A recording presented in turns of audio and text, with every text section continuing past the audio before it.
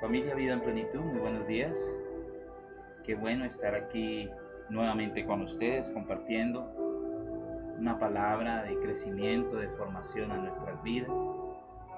Damos gracias al Padre Eterno por su fidelidad, por su misericordia, en medio de cada uno de nuestros corazones, en medio de cada una de nuestras familias, que trae fortaleza, que trae nuevas fuerzas, que trae sanidad, que trae provisión. Señor, gracias te damos en esta mañana por este tiempo de comunión y de coinonía, como casa, como familia, Vida en Plenitud. Gracias por este tiempo de formación, de entendimiento de tus verdades reveladas a tus hijos.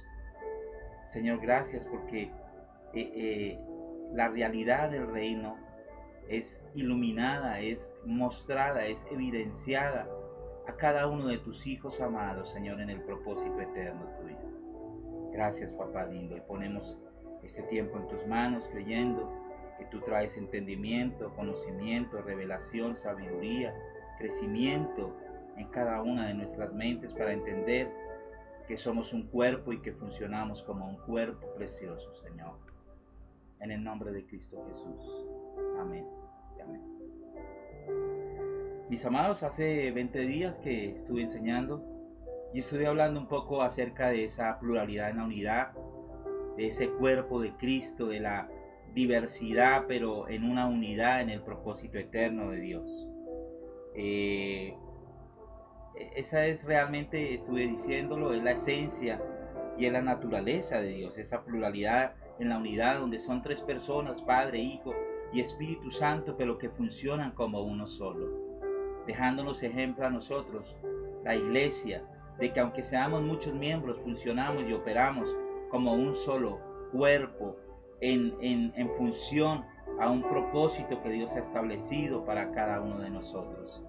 Esa pluralidad en la unidad también establecida en el hombre cuando es creado, espíritu, alma y cuerpo, que cada uno no operan por separado, sino que funcionan operando en una unidad, espíritu, alma y cuerpo, una unidad, caminando en un solo propósito, hacia una meta, hacia ese propósito eterno. Funcionan y operan para ser la expresión real y viva de Cristo aquí en la tierra.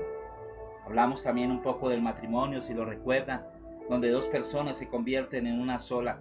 Ya no son dos, sino son uno solo, operando en esa unidad. Diversidad, pero en la unidad del Espíritu, caminando en esa unidad. Con diferencias seguramente, pero siempre trabajando y operando para que el matrimonio sea un organismo vivo que camina en pro del propósito de Dios, una institución divina que camina en pro del propósito de Dios. También hablamos un poco del cuerpo de Cristo, si lo recuerdan al final, donde son muchos miembros, pero que caminan en una misma dirección y en ese mismo propósito. Diferentes funciones, talentos, asignaciones, pero todos caminando hacia ese propósito eterno en el cual el Padre nos ha establecido y nos ha dado la capacidad de, aunque que seamos muchos, todos caminamos en una misma dirección y en ese mismo propósito. Qué bueno es el Señor con cada uno de nosotros, ¿verdad? Qué bueno es Dios que nos ha dado la capacidad de, aunque que seamos muchos, Él está ahí para que operemos de acuerdo a su realidad y de acuerdo a su propósito. Hoy hablaremos un poco más acerca de esto. Hoy hablaremos un poco de algunas bases, de algunos fundamentos para que fuera establecida esa pluralidad, para que fuera establecido ese cuerpo, para que fuera establecida esa diversidad, pero que opera como una unidad orgánica. La vez pasada hablamos de la sinergia, si lo recuerdan.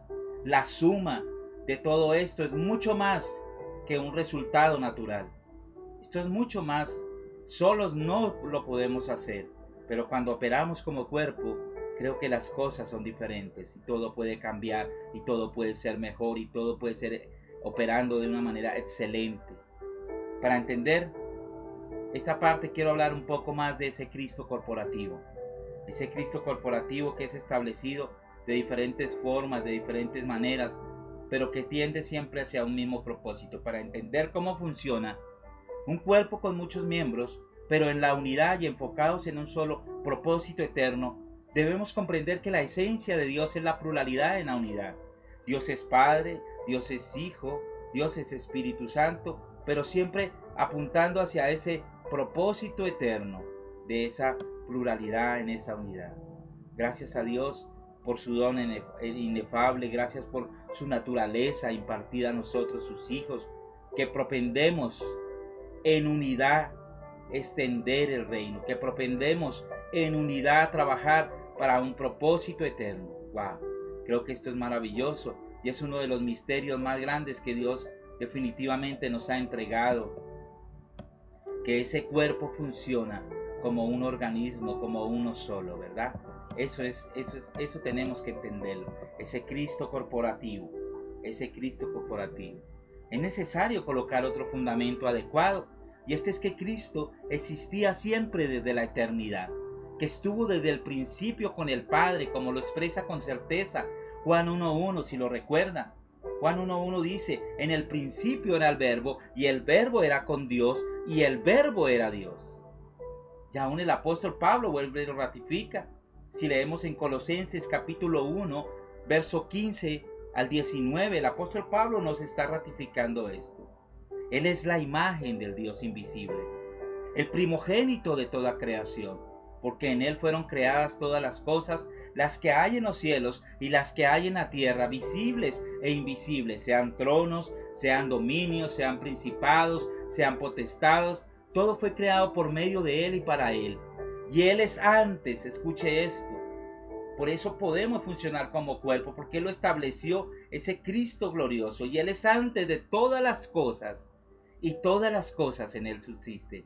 Y Él es la cabeza del cuerpo, que es la iglesia. Él es el que es el principio, el primogénito entre los muertos, para que todo tenga la preeminencia, por cuanto agradó al Padre que en Él habitase toda la plenitud. Wow, tremendo. Él es el principio, Él es la cabeza de la iglesia, por la cual ese cuerpo puede funcionar de acuerdo a un propósito eterno, porque tenemos una cabeza que nos gobierna, que nos dirige. Sin la cabeza, el cuerpo estaría muerto. El cuerpo de Cristo necesita una cabeza que lo gobierne, que lo dirija. Como hablaba el pastor Jorge, tener la mente de Cristo, esa cabeza que contiene la mente de Cristo y que funciona y opera con la mente de Cristo. Porque muchos pueden decir que tienen la mente, como decía él, pero nunca están operando con esa mentalidad, con esa mente de Cristo, con ese gobierno de Cristo. Sin embargo, Cristo no siempre se manifiesta de la misma manera, ni se relaciona con los hombres de la misma forma. Así vemos como Cristo, para cumplir lo que el Padre le había delegado, se hizo hombre. Ese Cristo corporativo, ese Cristo encarnado, se hizo hombre por medio de Jesús de Nazaret, es decir, es el Cristo encarnado. El corporativo va después. Este es el primero, ¿no? Hay varias maneras en que Cristo siempre se manifiesta, ¿no? Ese Cristo encarnado, que en esa condición se entregó como sacrificio perfecto para ser un Cristo crucificado. ¡Wow! Además sorprendió a toda la humanidad como resucitó para ser ese Cristo resucitado. Y ascendió y se sentó a la diestra del Padre y se le dio toda dominio y autoridad para hacer ese Cristo glorificado. Sentarse a la diestra del Padre y finalmente impartirse a los hijos de Dios. Y finalmente llegar a esta parte, por eso estamos poniendo este fundamento de conformar el cuerpo de Cristo. Si no entendemos ese Cristo encarnado, ese Cristo resucitado, si no lo conocemos, si no entendemos esta realidad de ese Cristo que ha sido ascendido, que ha sido glorificado, si no entendemos esta parte, creo que no vamos a poder clarificar cómo llegamos a ser el cuerpo de Cristo. Necesitamos poner un fundamento donde cada uno de nosotros podamos entender la realidad del Cristo encarnado, del Cristo crucificado, del Cristo resucitado y del Cristo glorificado. Hoy vamos a ver esas tres primeras: ese Cristo encarnado, ese Cristo resucitado y ese Cristo crucificado y ese Cristo resucitado y después glorificado a la diestra del Padre. Eso lo vamos a ver en otra enseñanza. Glorificado a la diestra del Padre para impartirse a la iglesia, para impartirse a sus hijos, para conformar, escuche esto, si no entendemos eso, para conformar el cuerpo de Cristo, para conformar el cuerpo de Cristo, que es lo que he estado haciendo énfasis en estos días. Conformar ese cuerpo que opera de acuerdo al diseño de Dios, a la verdad de Dios, que opera de acuerdo a lo que Dios ha establecido al cuerpo como tal. Oh, qué maravilloso es eso, poder entender esta realidad. Cristo encarnado. Gálatas 4, 5, Pablo dice que Dios envió a su Hijo. Gálatas 4, 4 al 5. El apóstol Pablo lo dice, que Dios envió a su Hijo en el tiempo preciso, nacido de mujer y nacido bajo la ley, para comprar la libertad de los que éramos esclavos. Cristo encarnado, hecho carne. Fue profetizado en muchos textos bíblicos. En Isaías 9:6 el profeta habla acerca del Mesías y expresa que como hijo nos es dado, pero como niño nos es nacido. Esto es obvio, por cuanto el Cristo eterno no nace, pero Jesús sí necesitaba nacer. Wow. Esto es lógico. Hijo nos es dado, pero como niño es nacido. Cristo eterno no nace, pero Jesús sí nace. ¿Por qué Cristo eterno no nace? Se preguntarán algunos. Porque Él es eterno. Él no necesitaba nacer. Para que fuera legalmente establecido en la tierra, como ese sacrificio perfecto, como ese hombre que venía a dar su vida en sacrificio perfecto por la humanidad, ese sí necesitaba nacer, y ese es Jesús el Nazareno. Jesús sí nace. La encarnación del Cristo eterno es uno de los más grandes misterios que el apóstol Pablo revela en el Nuevo Pacto. La encarnación de ese Cristo eterno es un misterio realmente que el apóstol Pablo nos revela a sus hijos, a los entendidos de Dios, para que podamos evidenciar qué es lo que realmente sucedió. Y Él lo revela, es uno de los misterios que se revela en este Nuevo Pacto, puesto que el hecho de que Dios tome forma de hombre es una gran humillación. Imagínate, Dios tomando forma de hombre, qué humillación tan grande, con limitaciones de hombre, con muchas cosas de hombre, con características de hombre, qué humillación tan grande, cuando no había limitantes, cuando era Dios, pero Él se hizo hombre, y como hombre aún toma forma de siervo, y se humilla hasta lo sumo, como lo dice la Escritura, y esa humillación es aumentada, como lo dice Filipenses 2:5 al 10, que yo espero que usted lo lea en su casa, porque esto también se trata de eso, de que cada uno podamos entender estas realidades. No es que nos den todo comidito y molidito, sino que también cada uno ponga de su parte como una responsabilidad propia para entender esta realidad de ese Cristo encarnado. Fue encarnado, se humilló hasta lo sumo. Jesús renunció a sus privilegios divinos, o más bien Cristo renunció a sus privilegios divinos y nació como un ser humano, como Jesús. De esta manera recupera lo que se había perdido y también redime al hombre en la tierra. Dios debe estar en un cuerpo para operar legalmente en este planeta. Por eso tuvo que preparar el cuerpo para su Hijo, un cuerpo que Él pudiese ofrecer como sacrificio perfecto y nos hiciera santos una vez y para siempre. Tenía que ser así. Todo lo que la Escritura nos decía apuntaba a eso, y Dios no miente, ni es hijo de hombre para que se arrepienta, ni para que mienta. Tenía que ser todo perfectamente calculado por el Padre y hecho por el Padre para que se cumpliese todo lo que la Escritura decía acerca de ese propósito eterno de que viniera ese Cristo encarnado y se entregara ahora por un solo sacrificio perfecto para santificarnos. El Mesías debía nacer de una virgen. Lo profetizaba la Escritura en Isaías 7:14. Y muchos textos más nos hablan acerca de esto. Según lo había hablado por medio del profeta Isaías, también debía nacer en Belén de Judea. Debía nacer en Belén. Miqueas 5:2 dice que él debía nacer en Belén de Judea, debía vivir con sus padres en Egipto para que se cumpliese lo dicho por el profeta Oseas, que de Egipto llamé a mi hijo. Oseas 11:1. Aún esa parte tan tremenda cuando Herodes mandó matar a todos los niños en Belén y alrededores, como lo anticipó el profeta Jeremías en su capítulo 31, verso 15, cuando anticipó toda esta masacre de estos niños. Cuando llegó el tiempo de volver de Egipto, José llevó a su familia a Nazaret y se cumplió nuevamente la escritura y lo dicho por los profetas, que había de ser llamado Nazareno. Mateo 2:23. Quiero mostrar estas cosas para hacer énfasis de la importancia de la encarnación de Cristo. Si Cristo no se hubiera encarnado, creo que no estuviéramos aquí hablando hoy de este tema. Creo que nada se hubiera podido lograr y alcanzar en el propósito de Dios. Seguíamos siendo viles pecadores, muertos en vida, zombies espirituales. Antes de que Jesús naciera, transcurrieron en Israel, si usted lee la escritura, más de 400 años de silencio, sin oír la voz de los profetas, que declarasen la esperanza de la venida del Rey. Pero acuérdense que después hubo un despertar donde Juan el Bautista fue el encargado de anunciar al Mesías que había de traer el reino de Dios. Mateo 3:3. Jesús fue bautizado por su primo Juan el Bautista porque era necesario cumplir todo lo que Dios exige. Mateo 3:15.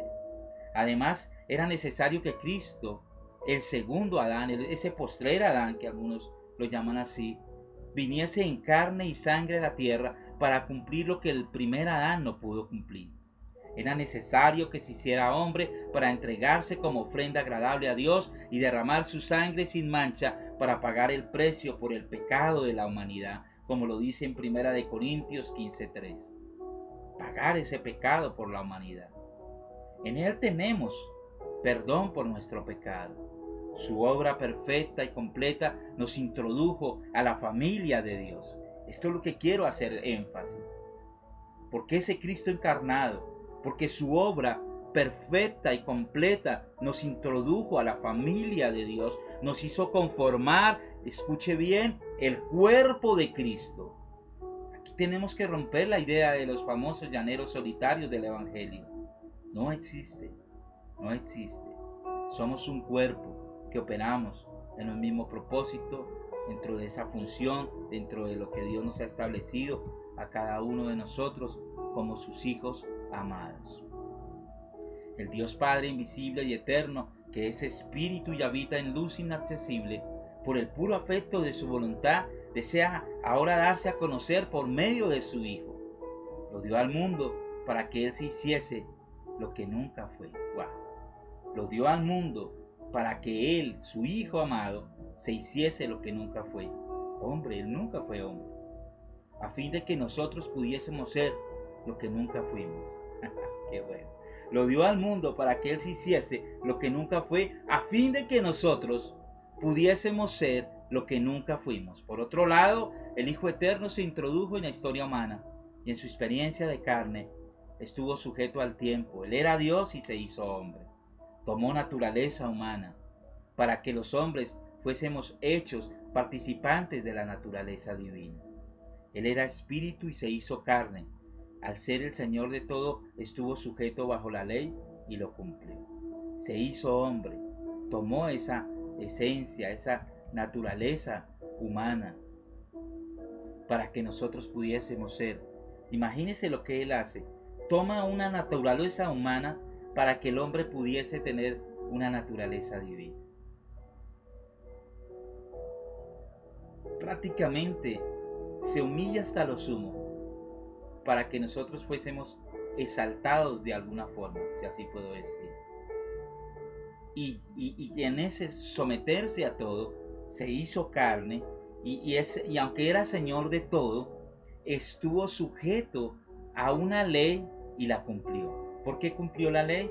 Para que esa ley fuese abolida, para que desapareciese, para que nosotros fuésemos introducidos en una realidad diferente, superior, mayor y mejor, en un nuevo pacto, para que a través de la gracia impartida al hombre entrásemos a disfrutar de un reino inconmovible, de un reino maravilloso que Él nos entregó para operar en ese reino. Él es justo y santo, pero se hizo pecado para que estos fueran borrados y cancelados en la vida del hombre, de tal manera que pudiese presentar ante el Padre a muchos hijos justificados. Él es rey, pero se hizo siervo, para que por su humildad y obediencia sufriese la muerte, y no cualquier muerte, la muerte de cruz, y hacernos reyes que reinemos en vida por la gracia y libertad que su obra nos otorga. Es ahí la importancia de ese Cristo que tomó forma de hombre, de ese Cristo que se hizo hombre, de ese Cristo encarnado en el Hijo. Ese es el Hijo que se hizo hombre, se hizo pecado para justificarnos, era rey, se hizo siervo. ¿Para qué? Para que nosotros fuésemos constituidos en reyes y reinemos en vida, como esos reyes y sacerdotes que están reinando en vida en este tiempo. En el Hijo que se hizo hombre sin dejar el ser mismo, el Verbo eterno, ese Hijo que se hace hombre, el Hijo de Dios se hace hombre, pero sin dejar de ser ese mismo Verbo eterno, que ahí donde se revela ese gran misterio de la piedad. Es que Dios mismo es manifestado en carne, visto por los hombres, quienes pueden palpar evidentemente su realidad. La encarnación es el acto como un estado, es el resultado del envío de ese Hijo amado desde el seno del Padre, para hacer posible básicamente dos aspectos que se mencionan en el capítulo 1 del Evangelio de Juan. La encarnación, ese verbo que se hace carne, tiene que abarcar dos aspectos que se pueden evidenciar ahí en el Evangelio de Juan. El primer aspecto es darse a conocer, que hemos hablado mucho de esto. Es darse a conocer. ¿Cuál es la vida eterna? Juan 17:3. Que te conozcan a ti. El primer aspecto definitivamente es darse a conocer. Así lo declara Juan 1:18. A Dios nadie le vio jamás. El unigénito Hijo que está en el seno del Padre, Él le ha dado a conocer. El seno del Padre, en lugar de la acción generadora del cual procede toda la intencionalidad divina, toda la intencionalidad de Dios Padre. Este es el lugar donde el Padre revela el misterio escondido en Cristo, su Hijo. En otras palabras, Dios sale de sí mismo como generador de todo, y esto como consecuencia, Cristo da a conocer el misterio escondido en Él, es decir, la iglesia. Por eso la importancia de ese Cristo encarnado, que es su cuerpo, así como lo declara Pablo en Efesios 3:18 al 11, 3:8 al 11, Efesios 3:8 al 11. A mí que soy menos,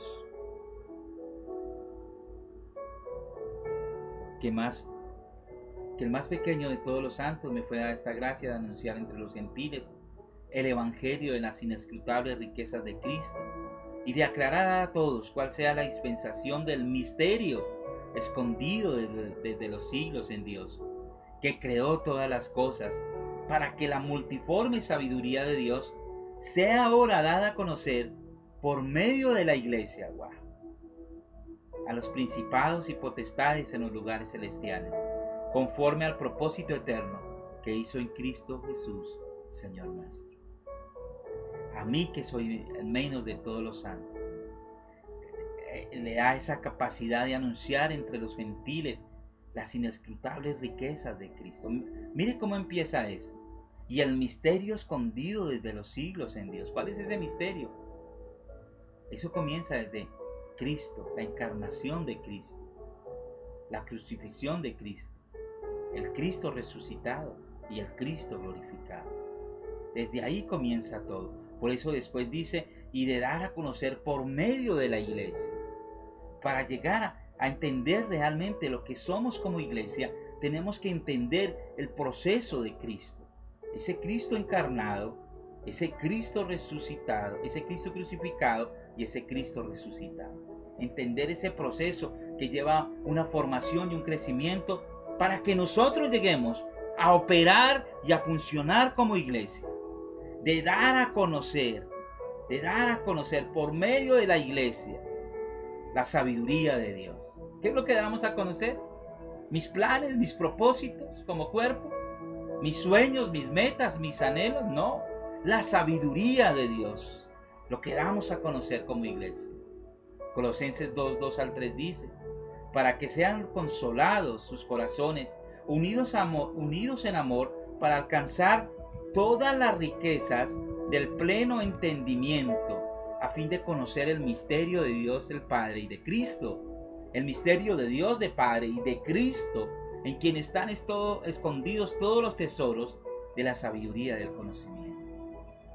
Para entender que somos un cuerpo, que trabajamos en esa diversidad en la unidad, esa pluralidad en la unidad, debemos entender y conocer todo este proceso de lo que se hizo en Cristo, para que sean consolados los corazones, para alcanzar las riquezas del pleno entendimiento. ¿Qué entendimiento de qué? De Cristo, a fin de conocer el misterio de Dios, ese misterio escondido que es revelado a sus hijos, el Padre y de Cristo, el misterio de Cristo. ¿Cuál misterio?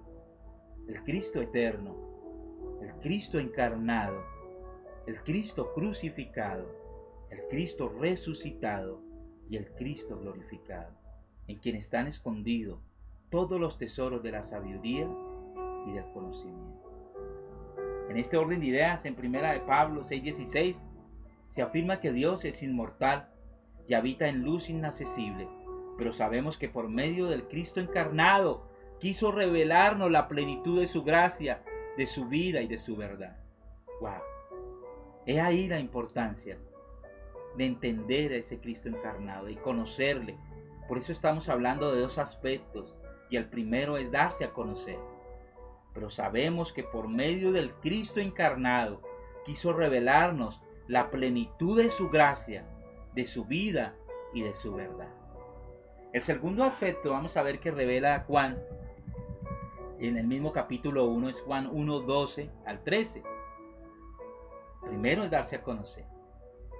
Segundo es Juan 1, 12 al 13, mas a todos los que le recibieron, a los que creen en su nombre, les dio potestad de ser hechos hijos de Dios, los cuales no son engendrados de sangre, ni de voluntad de carne, ni de voluntad de varón, sino de Dios. Wow.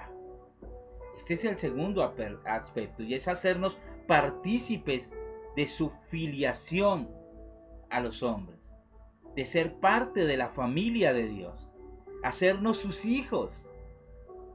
Si no somos hijos, jamás podemos hablar de ese Cristo corporativo, de esa plenitud, de esa pluralidad en la unidad. Si no somos hijos, jamás entenderemos qué es operar y trabajar como cuerpo de Cristo, con una cabeza prominente, gobernante que es Cristo mismo, con la mente de Cristo, funcionando y operando y trabajando para cumplir ese propósito eterno establecido y escrito, ojo, escrito en nuestros corazones. Aquí nos hace partícipes de su familia, de esos hombres que creen, y aún nos hace partícipes y nos salva de la condenación, para recuperarnos para el propósito por el cual fuimos elegidos.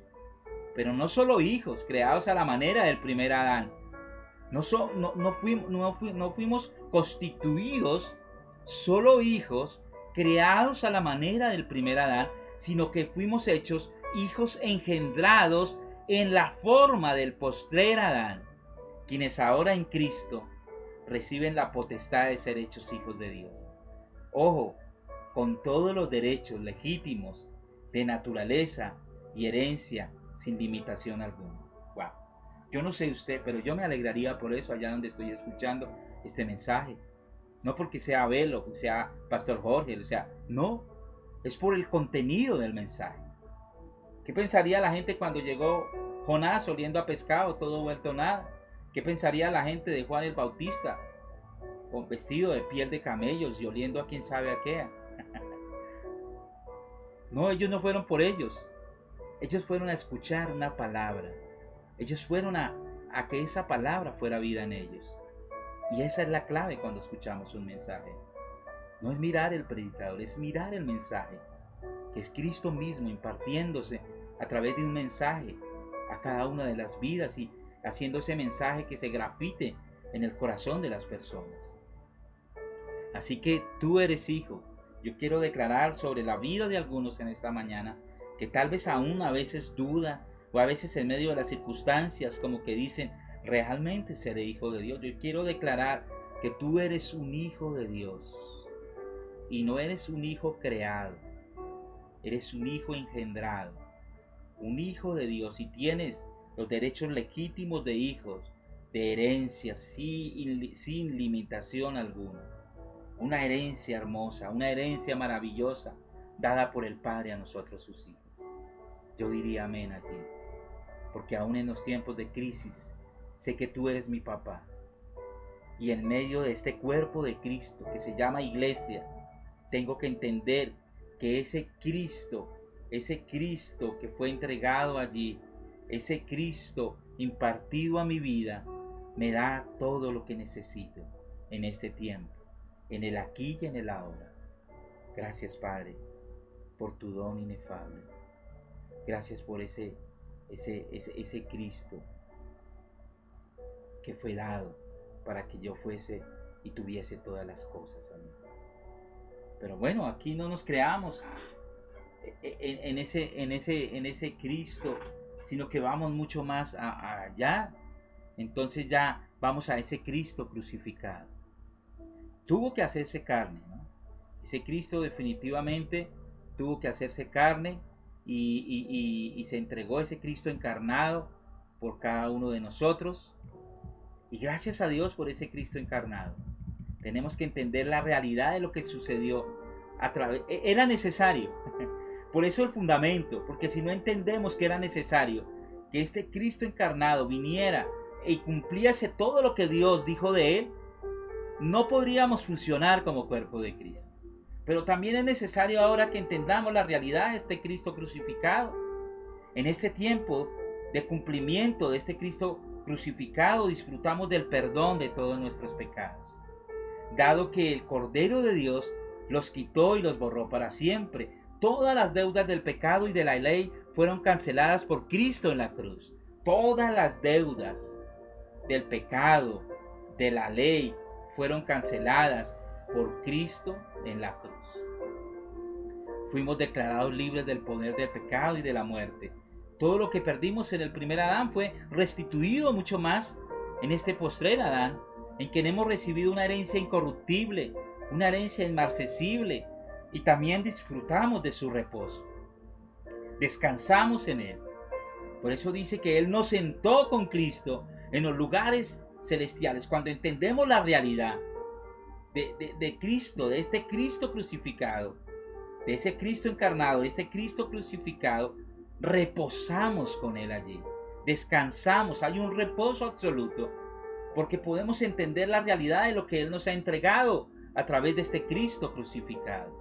Fuimos declarados libres del pecado, toda deuda fue cancelada, tanto de la ley como de esa ley natural del pecado, todo eso fue cancelado. Tenemos una herencia incorruptible, inmarcesible. Disfrutamos de su reposo realmente porque estamos sentados juntamente con él en los lugares celestiales. La cruz fue donde se consumó la obra que vino a realizar. Fue el lugar del sacrificio vivo y santo a favor de la humanidad. Fue donde cargó con nuestros pecados y aún él sintió el abandono del Padre. Cuando Jesús entregó aún su vida en la cruz, partió la historia en dos. Cambió el pacto y cambió la administración de Dios. Allí se partió la historia en dos. Y esto es reconocido en todo el mundo. La historia está partida en dos a través de esta obra de la cruz allí, a través de este Cristo crucificado. Allí a través de este sacrificio vivo, allí se cambió el pacto. Allí se cambió el pacto totalmente. Gálatas 3:13 al 14 dice, Gálatas 3:13, Cristo nos redimió de la maldición de la ley, hecho por nosotros maldición, porque está escrito, maldito todo aquel que es colgado en un madero, para que en Cristo Jesús la bendición de Abraham alcanzase a los gentiles, a fin de que por la fe recibiésemos la promesa del Espíritu. Cristo hizo todo en esa cruz por cada uno de nosotros. Cristo nos redimió de la maldición de la ley. ¿Por qué queremos operar en una ley que no es para nosotros? ¿Por qué queremos anular el sacrificio de ese Cristo perfecto, el sacrificio de ese Cristo crucificado? ¿Por qué queremos anular haciendo obras de la ley? ¿Por qué la iglesia no está operando de acuerdo a lo que Dios ha establecido? Simplemente porque no han entendido a ese Cristo crucificado. Fue hecho por nosotros maldición, porque escrito está: maldito todo aquel que es colgado en un madero, para que en Cristo Jesús la bendición de Abraham, hecha miles de años antes, alcanzase a los gentiles, a fin de que por la fe recibiésemos la promesa del Espíritu. Cuando Jesús murió, se rasgó el velo que separaba el lugar santo del lugar santísimo en el templo de Jerusalén. De esta manera se dio acceso directo, libre al Padre, a todos los que son hijos. Cristo allí se constituyó en sumo sacerdote de un nuevo pacto. Hebreos 9, 11 al 14 lo declara. Pero estando ya presente Cristo, sumo sacerdote, de los bienes venideros, por el más amplio y más perfecto tabernáculo no hecho de manos, es decir, no de esta creación, no por sangre de machos cabríos, ni de becerros, sino por su propia sangre, entró una vez y para siempre, esto es eterno, en el lugar santísimo, habiendo obtenido eterna redención. Porque si la sangre de los toros y de los machos cabríos y las cenizas de la becerra rociadas a los inmundos santifican para la purificación de la carne, cuánto más la sangre de Cristo, el cual mediante el Espíritu eterno se ofreció a sí mismo sin mancha a Dios, limpiará vuestras conciencias de obras muertas, para que sirváis a Dios vivo. Cristo crucificado. Cristo nos da libre acceso al Padre, porque somos sus hijos. Tenemos una comunión permanente con Papá Dios. Y Él se constituye ese sumo sacerdote de esos bienes venideros. Ya no por ritos, sacrificios, como lo dice ahí, sino una vez y para siempre. Él se entregó.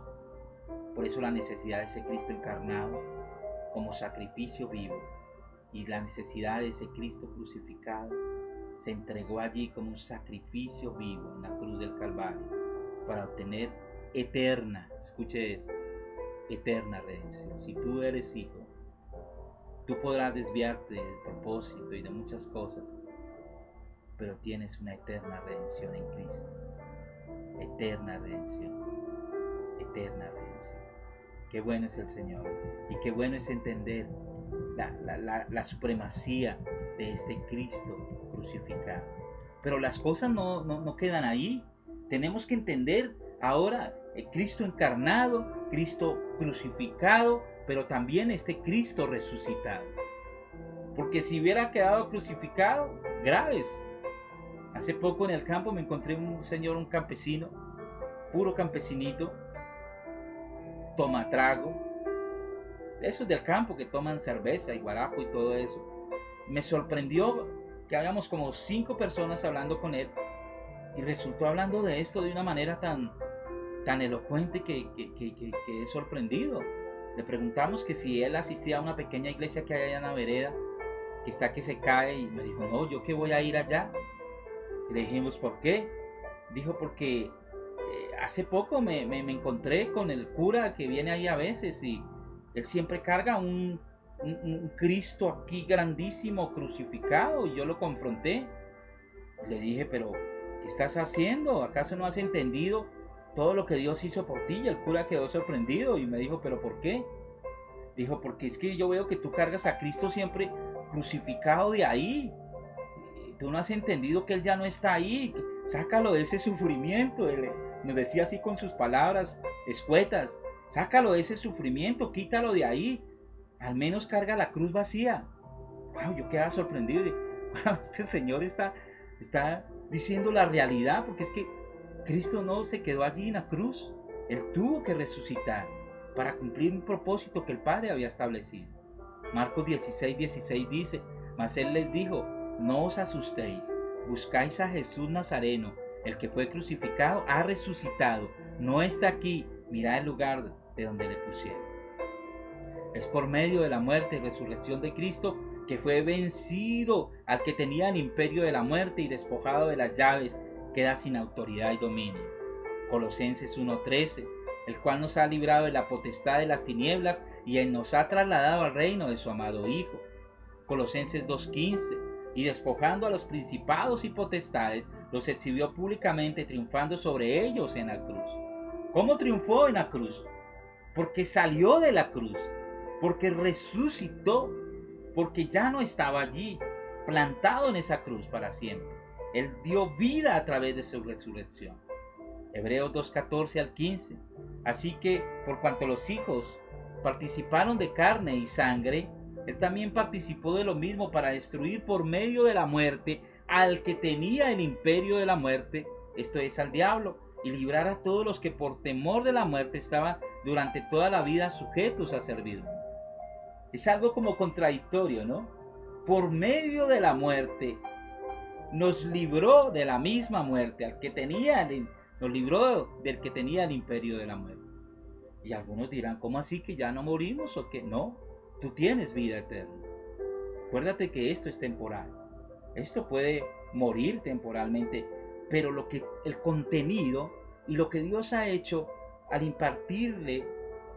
impartirnos su vida a cada uno de nosotros es darnos vida eterna. No te olvides que tenemos una vida y una vida eterna. Apocalipsis 1:17 al 18. Cuando le vi, caí como muerto a sus pies, y él puso su diestra sobre mí, diciéndome, no temas, yo soy el primero y el último, y el que vivo y estuve muerto, mas he aquí que vivo. Él está vivo, por eso estamos hablando de un Cristo resucitado. Mas he aquí que vivo por los siglos de los siglos, amén, y tengo las llaves de la muerte y del Hades. Él está vivo. Tenemos que entender la realidad de este Cristo resucitado. A veces nos centramos en el Cristo crucificado, algunos se centran en el Cristo encarnado, pero esto es un proceso, y en este proceso tenemos que entender la realidad de este Cristo resucitado, y aún en otra enseñanza hablaremos del Cristo glorificado, que abarca todos los aspectos que nos llevan al entendimiento de que somos cuerpo de Cristo, de que operamos como cuerpo de Cristo. Así que la tumba no pudo detenerlo. Él no está en la tumba porque ha resucitado.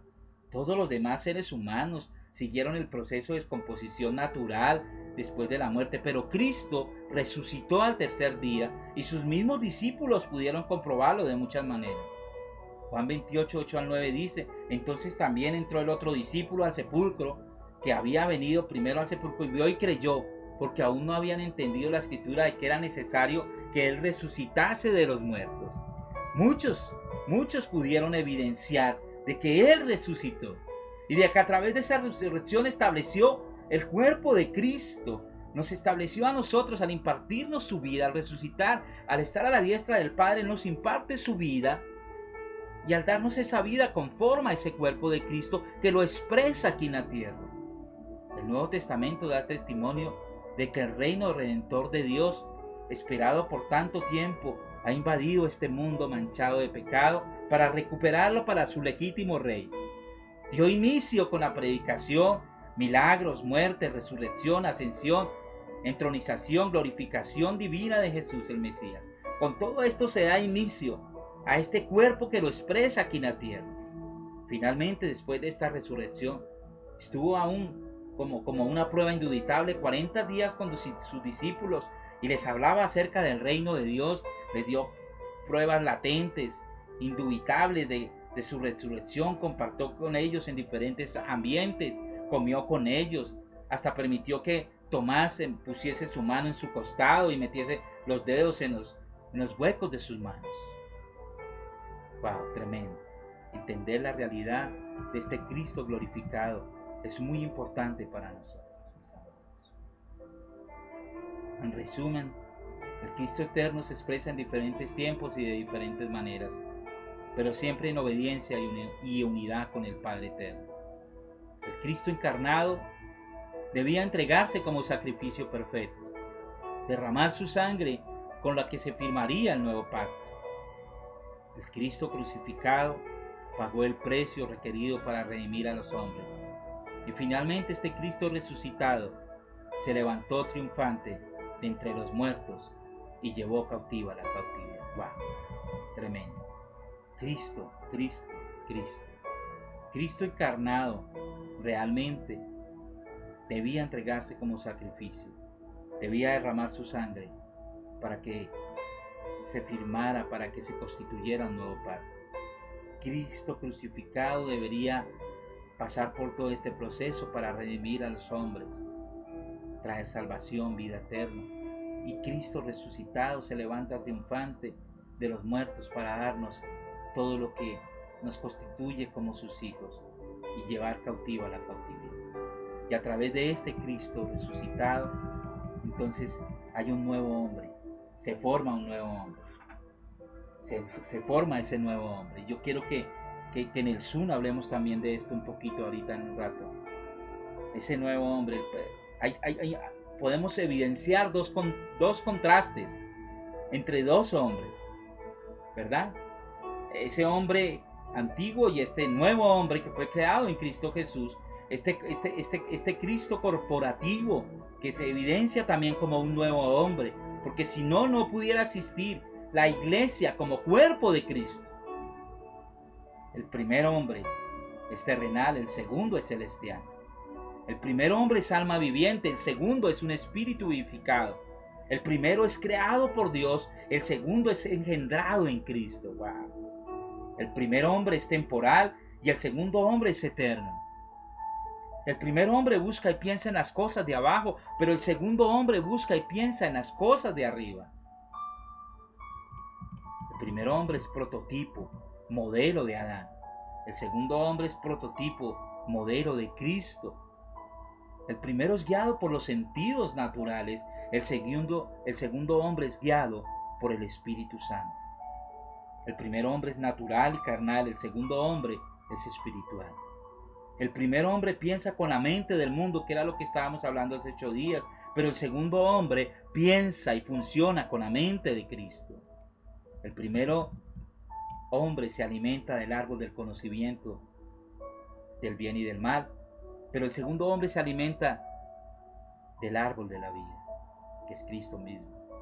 El primero corresponde a la vieja creación, el segundo corresponde a una nueva creación que opera y funciona como un nuevo hombre.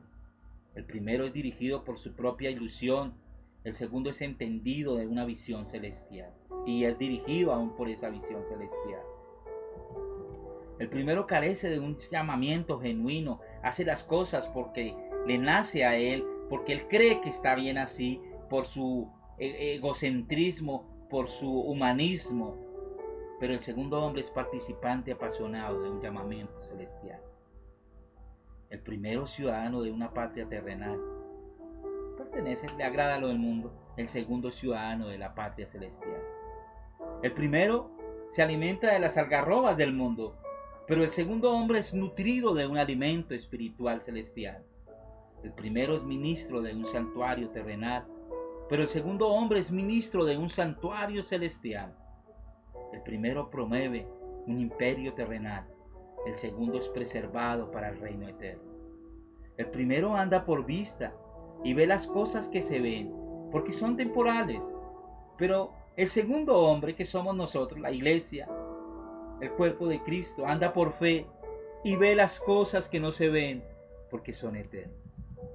No mirando lo que se ve, porque es temporal, sino mirando aquello que no se ve, porque es eterno. Segunda de Corintios 4:18. Mis amados, qué importante entender ese Cristo encarnado, ese Cristo crucificado y ese Cristo resucitado. En una próxima enseñanza seguiremos hablando del cuerpo de Cristo, pero en esa parte de ese Cristo glorificado, ese Cristo que para conformar el cuerpo aún tuvo también que tenemos que entender esa parte de la glorificación de Cristo. Mis amados, creo que aquí hay una generación de hijos entendidos, que entienden que en esta diversidad en la unidad, en esta corporalidad del cuerpo de Cristo, siempre debemos entender estos fundamentos, estas tres formas en que Cristo se nos presentó en diferentes tiempos y ocasiones, de diferentes formas y maneras. Entender que todo era necesario para que nosotros pudiésemos llegar a ser lo que nunca fuimos. Se hizo lo que no era para que nosotros fuésemos lo que nunca fuimos. ¡Wow! Tremendo. Creo que esto es importante que lo entendamos. Creo que esto es una palabra de afirmación en Cristo, del sacrificio de Cristo, de cómo pasó por un sufrimiento, de cómo resucitó y está a la diestra del Padre, y todo para cumplir un propósito eterno. Mis amados bendecidos en Cristo, Casa Vida en Plenitud, aquí hay una generación de hijos que caminan conforme al propósito de Dios. Aquí usted nunca encontrará en las Escrituras llaneros solitarios de la fe, tal vez cuando habla de los héroes de la fe, pero siempre usted podrá evidenciar que estuvieron acompañados de algo, de alguien, siempre cumpliendo con ese propósito eterno. Y ahora en este tiempo aún más, porque Él estableció su cuerpo y dice que Él es la cabeza de este cuerpo, para que operemos y funcionemos como Él quiere que lo hagamos, conforme a su diseño y conforme a su propósito. Señor, gracias por Casa Vida en Plenitud, una casa entendida en tu diseño y en tu verdad. Gracias por cada familia aquí representada. Gracias por la afirmación en ti, porque esto nos lleva a estar afirmados que aunque las circunstancias sean difíciles en nuestro entorno, nosotros pertenecemos a una patria celestial, a un reino eterno, a una realidad superior y mejor. Gracias por sanarnos, ese Cristo encarnado, ese Cristo crucificado, ese Cristo resucitado que trae sanidad, que trae herencia, que trae provisión, que trae abundancia. A veces nuestro corazón humano intenta dudar muchas veces, pero creo que cuando entendemos la realidad de Cristo en nosotros, no podemos dudar de lo que tú nos hiciste a través de toda esta obra de la cruz. Señor, gracias. En el nombre de Cristo Jesús. Amén y amén.